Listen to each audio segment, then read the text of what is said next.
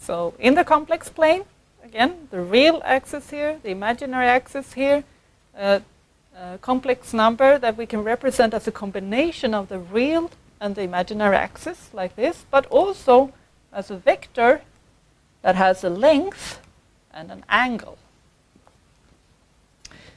Now, we already looked at how you can add these vectors together, but we can also multiply them. We can take some examples of a real example. So if we have 1, 2, 3 here, 1, 2, 3, we'll say that we have a value of 3 plus j2. We mark it 3 on the real axis and 2 on the imaginary axis. So this is our vector of the complex number set. So we can also multiply, and we're going to start a little bit simply by multiplying just by an imaginary j.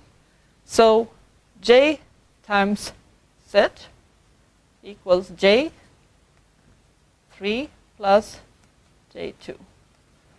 This in turn is 3j plus j squared 2. Now j squared, that had this particular, that you need to remember, that j squared is equal to minus 1.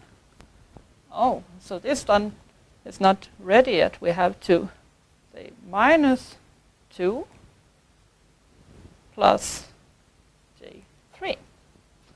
So let's look where that is. So minus 2. We move 2 in this direction, and j3. 1, 2, 3. Up here. The vector has moved up here.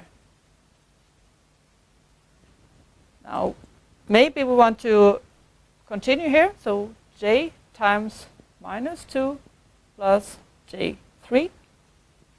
So once again, we multiply with j.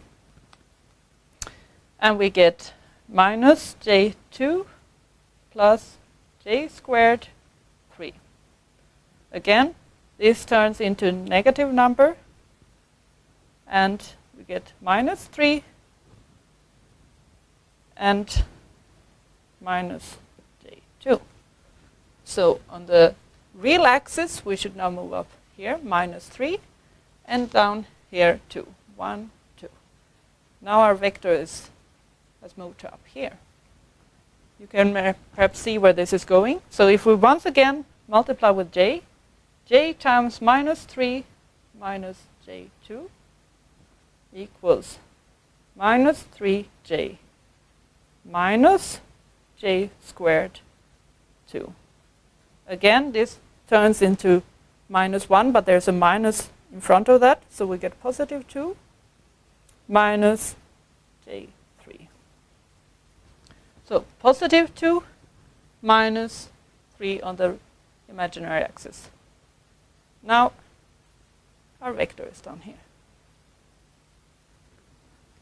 So, multiplying with j actually introduces a phase shift of pi half, rotating the vector by a quarter in the whole plane.